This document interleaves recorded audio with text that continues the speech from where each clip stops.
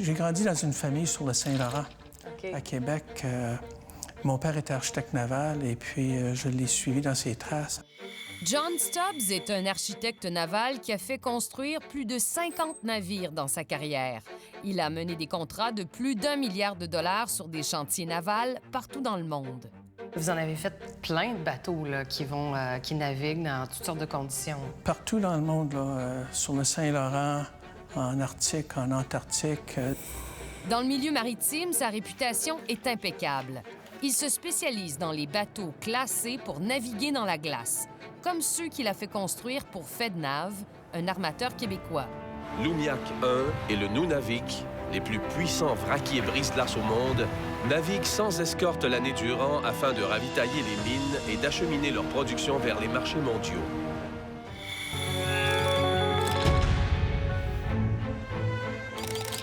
John Stubbs nous a contactés à la suite de la diffusion de notre reportage sur le FA Gauthier en septembre parce que ce qu'il a vu et entendu lui a fait dresser les cheveux sur la tête. Monsieur Lafaux, est-ce que c'est cette pièce d'équipement-là que vous voyez dans vos cauchemars? Mon cauchemar, c'était surtout de recevoir les pièces. À la fin août, les dirigeants de la Société des traversiers nous avaient fait visiter le chantier. C'est ici que l'on a remonté les propulseurs fabriqués par Steerprop.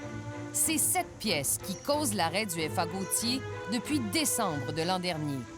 On va vous retourner un navire en bonne forme avant le début de l'hiver. Nous vous révélions qu'avec les imprévus, l'aventure du FA Gauthier a déjà coûté 260 millions de dollars aux Québécois. Notre expert dit que ce qu'il voit dans nos images, ce sont de grosses gaffes de conception du bateau. Le cœur des déficiences du FA Gauthier, c'est les propulseurs qui ne fonctionnent pas, qui se sont brisés. Pour moi, ce n'était pas surprenant du tout. Pourquoi? Le propulseur, la technologie est prouvée jusqu'à une certaine cote de glace, en d'autres mots, la sévérité de la glace, et puis jusqu'à une certaine puissance. Mais dans le cas du FA Gauthier, ils sont allés dans l'inconnu. La cote de glace et puis le type de propulseur et la puissance, ils ont fait quelque chose qui n'avait jamais été fait auparavant. Donc, ils ont choisi les mauvais propulseurs pour ce type de bateau-là, selon vous? Oui. Oui, il n'y en a pas question. Le risque était énorme et puis ils n'ont pas gagné leur pari. Expérimenter, ça engendre un risque. Et puis pour un service essentiel comme ça, c'est pas l'endroit pour faire ça. Il y a un endroit pour faire de l'expérimentation, mais c'est pas sur un bateau comme celui-là. L'autre problème, selon l'architecte naval, c'est cette pièce, qu'on appelle le bulbe d'étrave. Ça m'a marqué. Le fait qu'ils ont mis un bulbe sur le bateau, c'était étrange. C'est quoi le... Le bulbe ici, c'est cette partie-là. C'est la projection en avant. Okay. Et puis ça sert à réduire la résistance, donc la consommation de carburant quand le bateau navigue en eau libre. Quand on va dans les glaces, le bulbe, c'est un aspect très négatif dans la conception. Ça empêche le bateau de manœuvrer. Particulièrement, le port de Matane est très connu comme étant un port où la glace est difficile en hiver. Mettre un bulbe sur ce bateau-là, ça me dépasse. Et il y a un autre très gros problème, selon l'expert. Il n'y a rien dans la conception de l'arrière du navire pour protéger les propulseurs.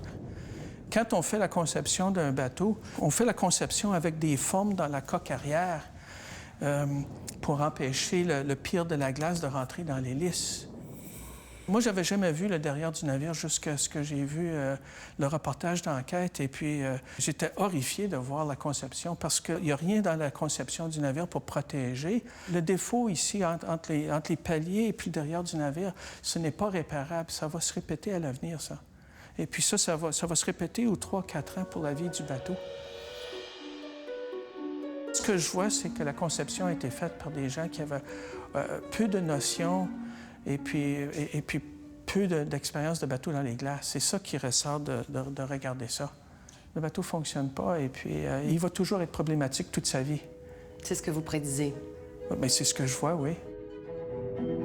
Et la question qui tue, combien d'argent coûteront ces erreurs aux contribuables québécois? Si le bateau maintient le service pour lequel il a été acheté, en d'autres mots, travailler dans de la glace assez difficile, le bateau va avoir des problèmes à répétition toute sa vie et puis ça va coûter plusieurs millions à chaque fois. Et puis ça va monter, ça va se chiffrer dans les dizaines de millions. Quand on se trompe au niveau de la conception, les coûts explosent et puis ils sont là pour la vie. Et puis dans le cas de ce bateau-là, c'est nous, les contribuables, qui payons. Monsieur Stubbs, si vous étiez dans la chaise du PDG de la Société des traversiers du Québec, là, vous êtes pris avec ce bateau-là, qu'est-ce que vous feriez avec? Je demanderais beaucoup d'argent au gouvernement parce que ça va en prendre beaucoup, après avoir vidé une boîte de Kleenex. À qui la faute? Entièrement à la Société des traversiers du Québec, selon John Stubbs. L'expert croit qu'ils avaient d'abord eu la bonne idée d'aller en appel d'offres international, mais qu'ils ont fait une grave erreur en retenant le plus bas soumissionnaire. Et en particulier d'avoir choisi le chantier de Castellammare di Stabia du groupe Fincantieri en Italie, qui n'est pas reconnu pour sa grande expérience en construction de bateaux naviguant dans la glace.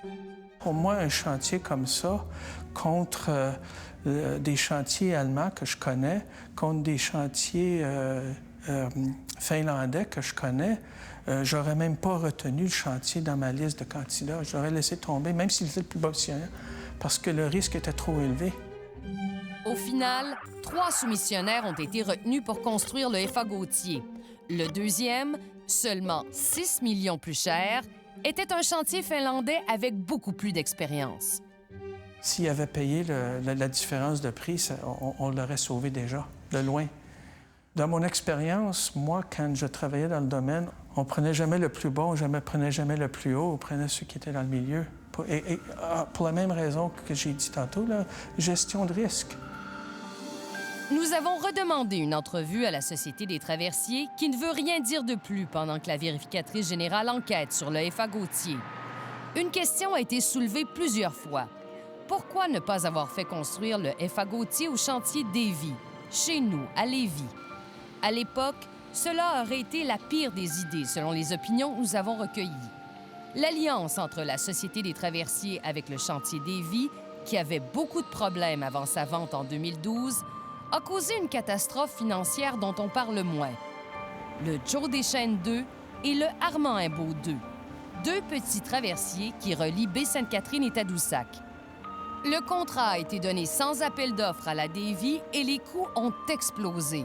Ils sont montés de 120 à 250 millions et jusqu'à 324 millions de dollars avec 4 ans de retard. La Société des traversiers et la Davy se sont accusés mutuellement d'être responsables des dépassements de coûts. Mais quoi qu'il en soit... Ces 2 traversiers-là ont coûté 324 millions de dollars. C'est aberrant. C'est irresponsable. Direz-vous qu'on a acheté une Porsche pour aller au dépanneur? Pire qu'à 300 millions pour 2 bateaux, c'est pire que ça. Mais nous avons dû réviser nos chiffres après avoir questionné la Société des traversiers. Ce n'est plus 324 millions, c'est encore pire que ça. La Société nous apprend que la facture finale, c'est 351 millions.